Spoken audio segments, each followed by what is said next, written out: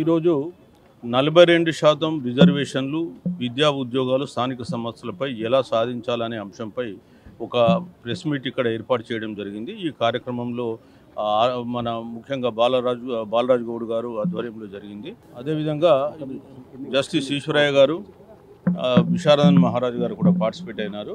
So ఇక్కడ మేము ఏంటంటే 42% రిజర్వేషన్ స్థానిక సంస్థలో ఇచ్చినటువంటి జీవోను హైకోర్టు స్టే విధించిన నేపథ్యంలో 42% ఎట్లా సాధించుకోవాలి, ప్రజలను ఎట్లా సమాయత్తపరచాలి, ప్రజలకు ఏ విధంగా అన్యాయం జరుగుతుందనేది వివరించాలి, అదేవిధంగా ప్రజలను సంఘటితపరిచి రేపు వాళ్ళని చైతన్యపరిచి రేపు ఉద్యమ రూపంలోకి ఎట్లా తీసుకురావాలనే అంశాలపైన మేము ఇక్కడ ఒక సమావేశం నిర్వహించినాం. మా కార్యాచరణను కూడా ప్రకటించడం జరిగింది. సో మేము 24వ తేదీన ఇందిరా పార్క్ వద్ద ఒక పెద్ద బహిరంగ సమావేశం ఏర్పాటు చేస్తాం. ఆ రోజు రాష్ట్ర వ్యాప్తంగా మేము ఎక్కడెక్కడ సభలు నిర్వహించి ప్రజల్ని సమాయత్తపరుస్తామనే విషయాన్ని తెలియజేస్తాం. దీనికి గాను మేము ఏం చెప్పినామంటే ఈ 42% రిజర్వేషన్ సాధన సమితి అని ఒక సాధన సమితిని ఏర్పాటు చేస్తాం. ఇందులో ఎవరైతే ఇంట్రెస్ట్ ఉన్నారో వాళ్ళని మా దాంట్లో ఎన్రోల్మెంట్ చేసుకోమంటున్నాం. ఒక 3 డేస్లో ఈ కమిటీ కూడా ప్రకటిస్తాం. అదేవిధంగా ఇందులో ఏ రాజకీయ పార్టీకి సంబంధించినటువంటి వాళ్ళు వచ్చినా పర్వాలేదు, కానీ వాళ్ళు ఖచ్చితంగా మా నియమ నిబంధనలతో వాళ్ళు నడవాల్సి ఉంటుంది. వాళ్ళు నాయకత్వం వహించడానికి వీలు లేదు. రెండవది ఏంటంటే మేము అన్ని రాజకీయ పార్టీలను విమర్శిస్తాం కాబట్టి వాళ్ళకు తట్టుకునే ధైర్యం ఉంటారండి, లేకుంటే లేదని కూడా చెప్పడం జరిగింది. అదేవిధంగా రేపు ఈ 42% రిజర్వేషన్తో ప్రజలను సమావేశాలు జిల్లాలలో కంప్లీట్ అయిన తర్వాత ఇందిరా పార్క్ వద్ద కూడా ఒక పెద్ద భారీ బహిరంగ సభ నిర్వహిస్తాము.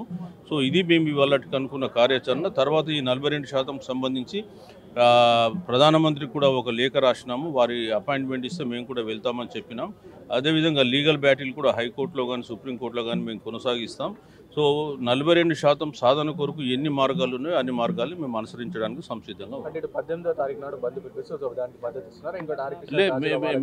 మేము ఎవరు బీసీ కొరకు వాళ్ళు భద్రత కొరకు అంటే బీసీల కొరకు కాల్ ఇచ్చినా దానికి మేము 100% రెస్పాండ్ అవుతాము. మాకేం బాధ లేదు. ఆ 18వ తారీఖు కాల్ కూడా సక్సెస్ కావాలని కోరుకుంటాం. మేము బీసీల కొరకు పనిచేస్తున్నాం కాబట్టి ఇందులో విభేదాలు ఏమి లేవు.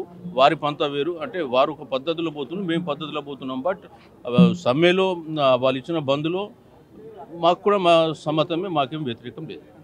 చైర్మన్ బాలగోని బాలరాజు గౌడ్ మాట్లాడుతున్నా 42% మీద ఇది సాధ్యం కావాలంటే పార్లమెంట్లో చట్టం చేయాలి. 9 షెడ్యూల్లో తమిళనాడు చేర్చినప్పుడే సాధ్యమవుతుంది.